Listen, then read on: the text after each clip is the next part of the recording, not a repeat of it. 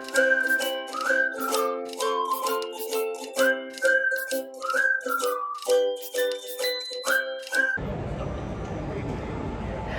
everyone, my name is Sally. I am the founder and learning designer from Digital Dolphin Academy.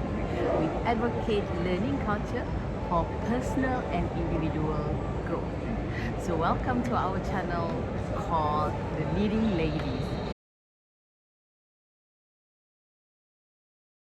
So welcome to the third episode of In Conversation with the Leading Ladies. So in this episode, we're gonna talk to two solution specialists from the technology industry. So our first guest for today is Miss Jenny.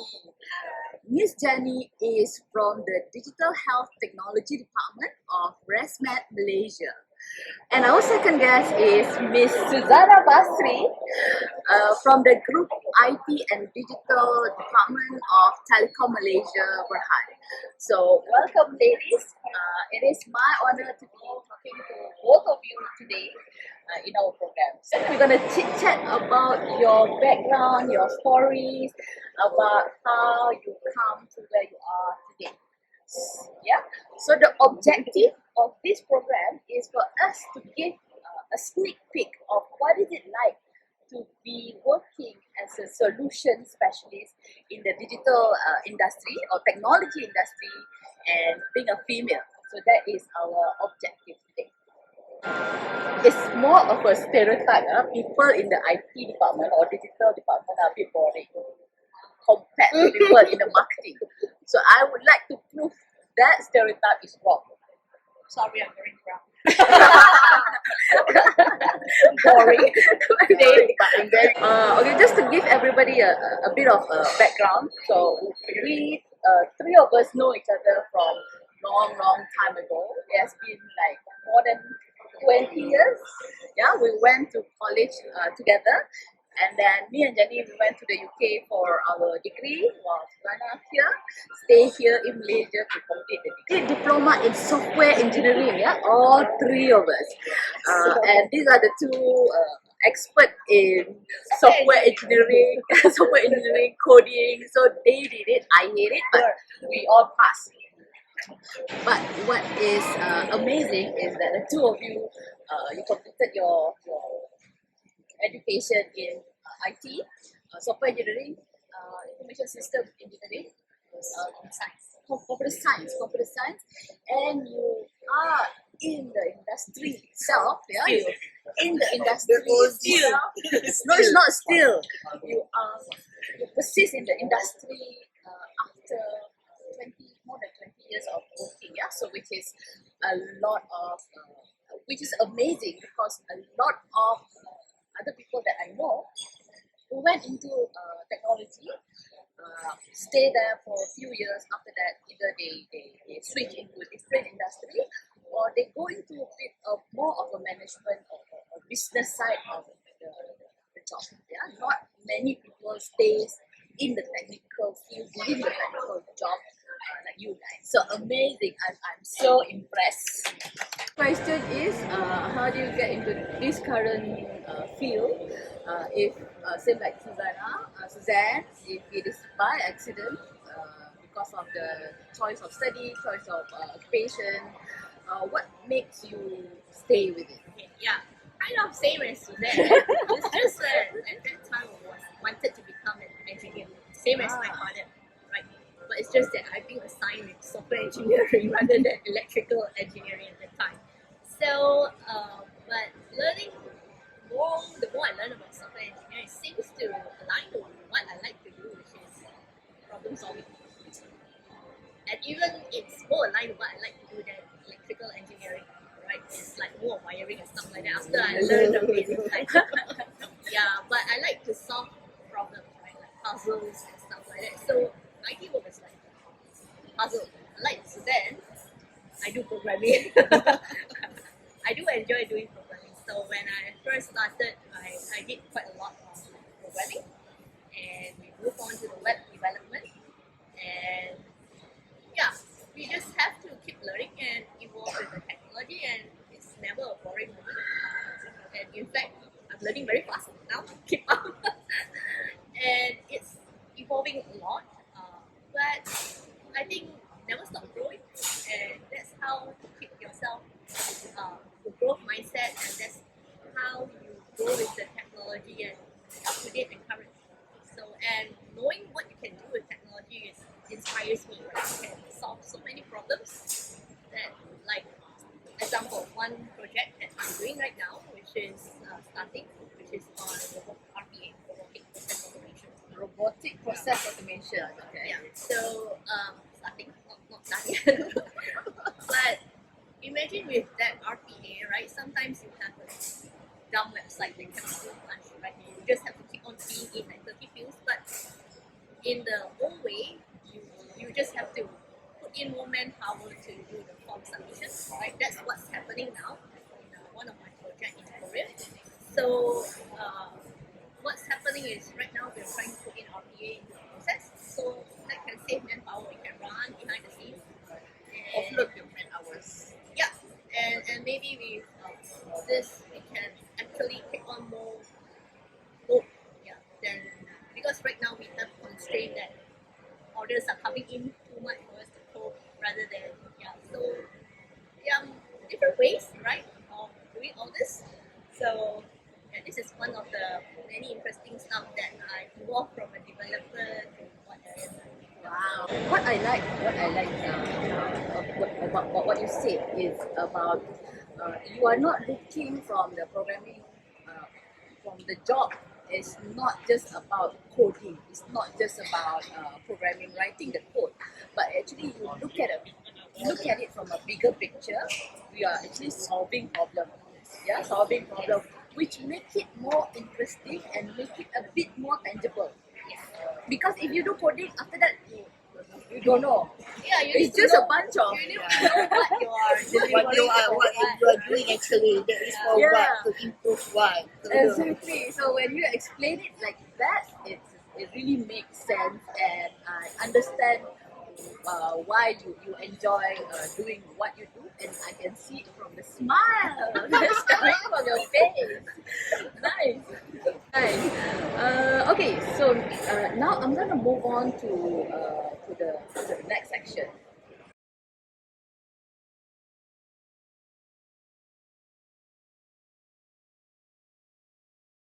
About gender discrimination, they talk about people questioning their technical abilities. Yeah, because it's the stereotype that women can't do technical job for whatever reason, and also from the basis of pay gap. Yeah, men in a similar position is paid higher than women in that position. Of course, this is a global study. I can't find specific for Malaysia. So that brings me to my next question. ResMed is a company that provides respiratory devices. So it provides ventilators. That's hospital grade. But actually, our main focus is to help people with sleep apnea. It's when you snore, some people when you sleep, when you stop snoring, when you snore too loud, right, and if it's irregular, it means actually you stop breathing. So, but what the company does is we manufacture devices. It's not that common. It's something new to Malaysian, right? But it's very common in like US, Australia, even in Korea, that they use these devices when they sleep. So that's what. And what In that line, MNC organization, and then is GLC from Telekom Malaysia to provide the internet infrastructure, the backbone of the internet infrastructure for Malaysia. So both of you guys are in the digital industry, technology, and both of you are obviously female. I hope so. So what are your thoughts and your experience about gender discrimination in your workplace or in your previous workplace? Okay, I'll start first. Personally, I don't think I face a lot of gender discrimination. It's just that I think in my past few years of role, I've been how you can say stereotype, like what you said on that I'm a better people manager than a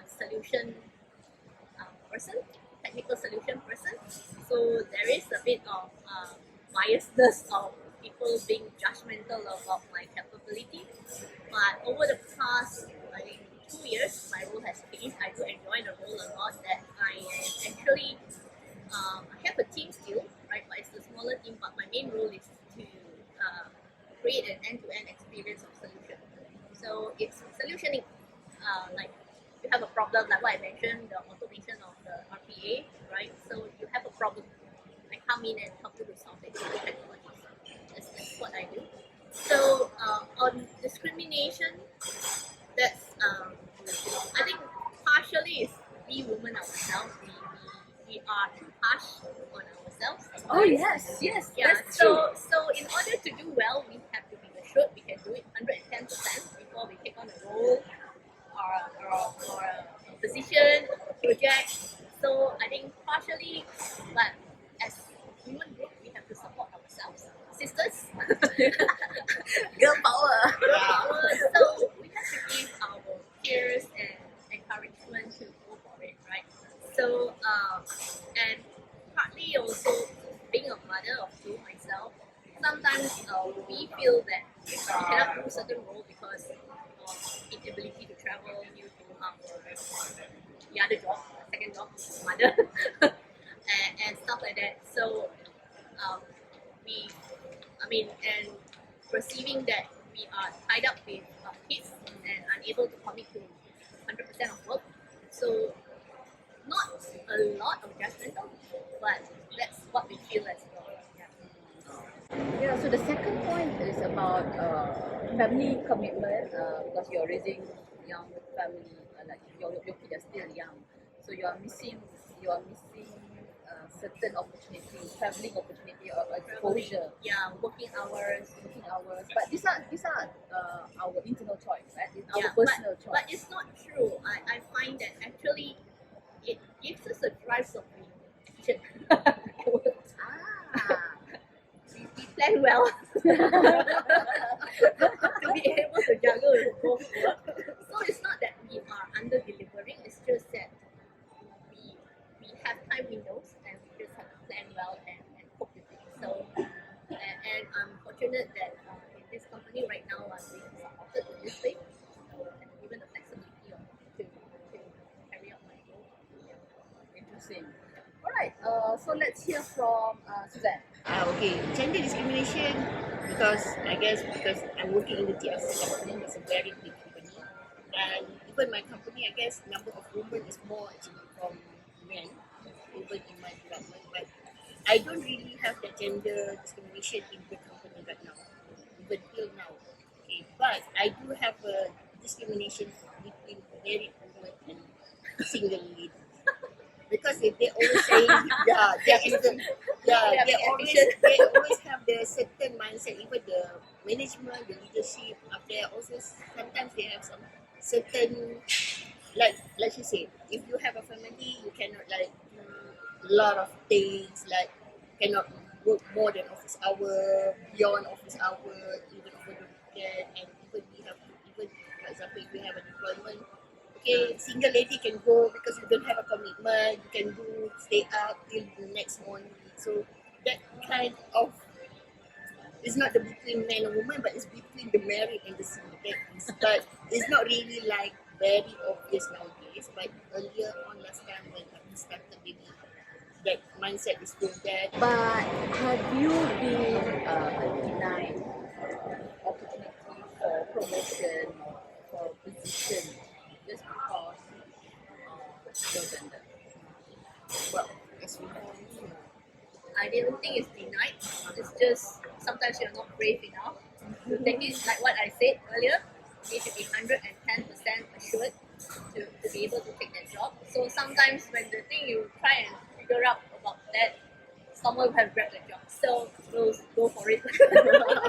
But this is our third episode, and interestingly, that the same topic come up in every episode with different people that I talk to. So based on research, women have this tendency. That's why we are talking but about we it. recognize it at least. So You we need to move yourself. Yes, Go ahead. exactly. Go for it. You yourself go and push yourself, and you also help to encourage Other women. That's where women empowering women is sisterhood is something that we need to do, because this is something that we don't think when we are busy working. We don't think, yeah. But since we are talking about it, so it's go for it. And you are not alone if you hesitate to ask for the promotion. If you hesitate to go for the job, you're not alone. There's a lot. It's the same everywhere. So just go for it. Interesting. Let me move on to the next question. So far, you guys have been more than 20 years in the technology industry. What is the biggest satisfaction that you have in your job? You can think about the biggest experience, the biggest moment, the biggest project that you did. Because I guess I have a lot, but I don't know which one is the biggest Big one, big one. Yeah, everybody have a lot of projects, especially if you've been in the industry for so long, right? What is the biggest one? I'll just share mine, just for example. So for me, my biggest experience, biggest moment that for me is when I took a department. When I got a promotion, this is when I was still in my previous job. So I took over a department that is not producing revenue as expected. So I took over that department and I did some tweaking. And within 6 months, I have successfully turned around that department into a revenue performing brand. Yeah, so why is it big for me? Is because I was still younger than what I am now. That's number one. But the second one is I can see the difference in the team when they are not performing. Their motivation when the department is not performing versus when the department is performing, the motivation change. Same people, but they're performing at a different level. So that is big for me, because I can see from that, I can see that have I have the opportunity to influence people and make a difference to their life, to their current work life. So that one, I think, one of my biggest accomplishments as a young leader at that time. So that's one example for me. So, or what the biggest accomplishment for me is like I can see my colleague or my staff that can, it's like more on the coaching part, staff that in the mainframe environment, you know, that always work in mainframe. She is know the coding, everything, the language. Then I convert them. you convert. Not convert, I'm teaching this lady. I told her, okay, because you know the programming, it's just a matter of language, right? So instead, you know, you have to do the logic. If this, then what? If else, then what? So basically, get the same all over programming language. You modernize them, that's why. Yes, that's why I'm saying, this Kaka, I told her, okay, Kak, you can do, let's start. So I actually taught her the unit shell script. All the command, how to do this, just a simple script. And she can do it. That is why I was like, okay, if this Kaka that do the mainframe can do the Unix scripting, yes, it's my accomplishment. I can let her, even though maybe because of her attitude, she wants to learn everything, but yeah, because I push her, well, sisterhood. Yeah. current context, we are talking about a lot about upskilling, yes, reskilling and upskilling. So you manage to upskill the existing staff to learn new language and new technology, so that you can apply the same understanding about programming, the same concept, the same understanding in a different environment, which is a bit more current, a bit more in demand for the organization. Excellent. Okay, same question. Jenny, I'm going to switch gears. It's not workable. That's been like 7 or 8 years ago. So, what changed your perspective, right? When we are in this industry, we are nerds. You only deal with the post and computers. But actually, a lot of success success of IT project depends on a lot of soft skills. Change management. So this was one of the projects that, although it's not very big, but we just upgrade the whole SharePoint.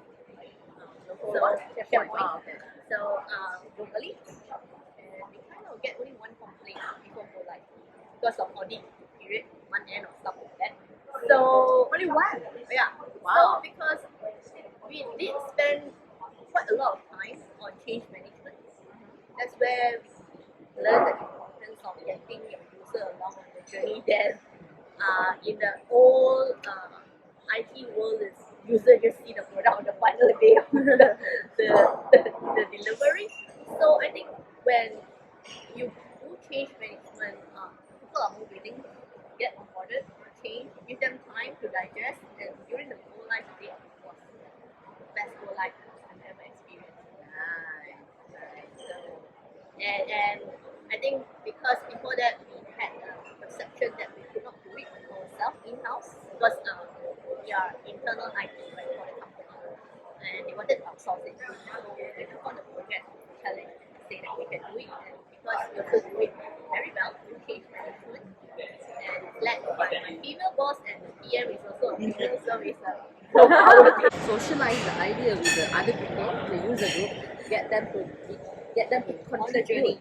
Yeah. onboard them towards the journey, contribute, so they Feel that they are part of the team, hence they are more willing to support you. Yeah, so that's the female touch. Right. Interesting.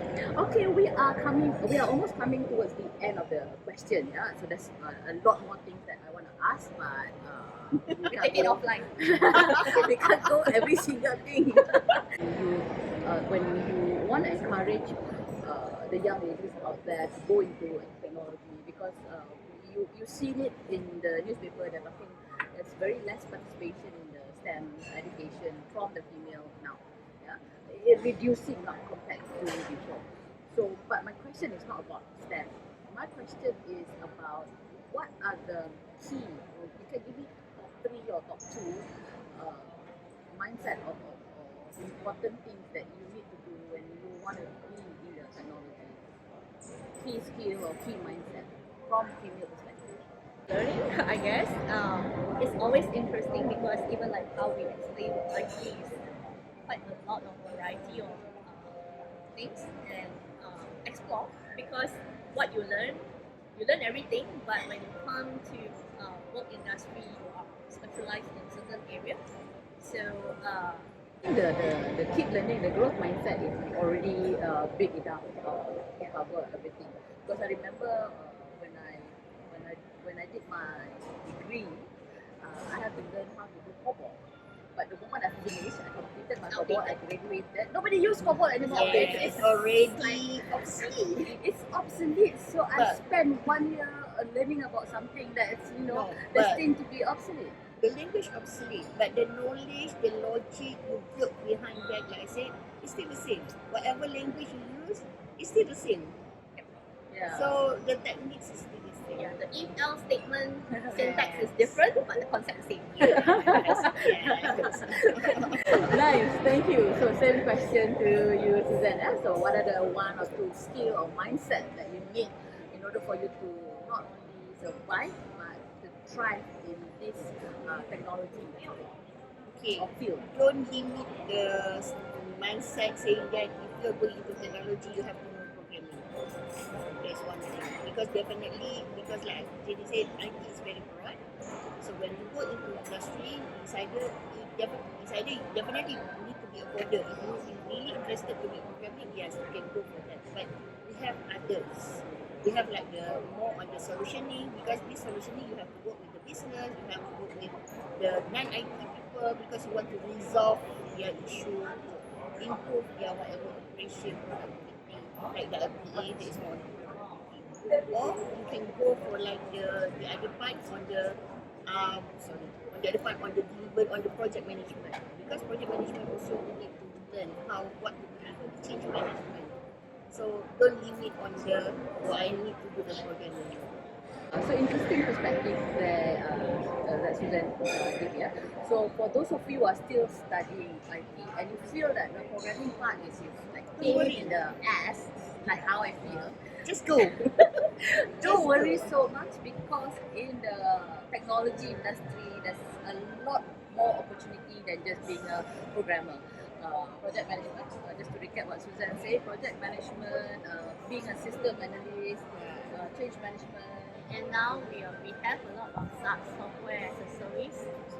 We are doing configuration, we're actually not doing actual programming. We just configure stuff to make it work for the customers. Correct. So technically you don't deal with code, but you just need to implement your if else configuration for it. The if else statement still give me a nightmare. You're giving me, you're taking me back. Let's ensure you are not running in a nested loop. Oh yeah, you feel exception, get exceptions. Sorry, Dick's talking here. So the opportunity is big, even if you want to go in sales, selling IT solution, you need a strong understanding about the technology. And one more thing that both of us didn't talk about is also on the business analytics stuff. The data Right, science. so the data science and not only data science reporting, you need to know, like for example, like Suzanne, right? Maybe they need to know response time of the internet and stuff. You need to be a domain knowledge and apply technology to build the data. So this is also another area that both of us we are not in it, but it's also interesting. Yeah, it's a big thing now. Everything is tracked, everything is measured, so that you can improve and solve problems based on the data that you capture. The insight. Yeah. The insight from So that's huge. Yeah. So my last question, I promise this is the last question. So it's a two-part question. So the first one, so the first part is what are your observations? Yeah, what are your observations about the newly joined or the fresh grad joining technology? So what are your observations that you have seen in the past few years or post-COVID? And what are your key messages that you want to say to all the young ladies out there who just started their career in IT or who still studying IT? I think from my experience, because I did quite a lot of hiring for the last few years, pre-COVID, right? Yeah, we could not retain a lot of fresh grads because all of them want to have flexibility on their own time and be their own boss. So a lot of them left the industry after a couple of years. So it's not about salary. Yeah, it's about flexibility, and I guess part of, because we are the seniors, right? We are leading them. We need to learn how to work with the new generation. We have different priorities, right? And make sure we create a work environment that's inspiring for them. And IT industry needs you. We need you here. We really need you guys to grow our country. That's my message for you guys. Nice. We need you. Okay, Yeah. Suzanne. I need you also. Please come work at Telekom Malaysia. Now, I guess current based on the maybe on the fresh grad, when you ask them to do, you have to use your own to be you cannot force. You need to be more subtle. Asking them Have to be convincing because Yes. you guys are smart people. Exactly. So this is about influencing them Yes. to do something, create a reason why they should do it and they should do it correct. fast. Yes. And They need to know the reason. They need to know, rather, yes. rather than just other things. Correct. So giving orders or the command and control method doesn't work anymore. It's all about influencing. It's all Empowerment. about empowering people, and it's all about creating the reason why and what is the impact. If you're not good. And we need to give them some space to be successful, right? Rather than failure is fine. I mean, you don't put them in a critical project, but failure is fine as long as you don't do the same mistake twice. Yeah, and I think I really believe that learning from failure is the best. It's a lesson learned. Lesson Yeah, learned. it makes you learn faster. Yes, because when you fail, it really go into your heart. Yeah, it is a What's and the- you will what's come the up with third- another 10 ways of doing this better, Yeah, which is yeah. what you will do next time.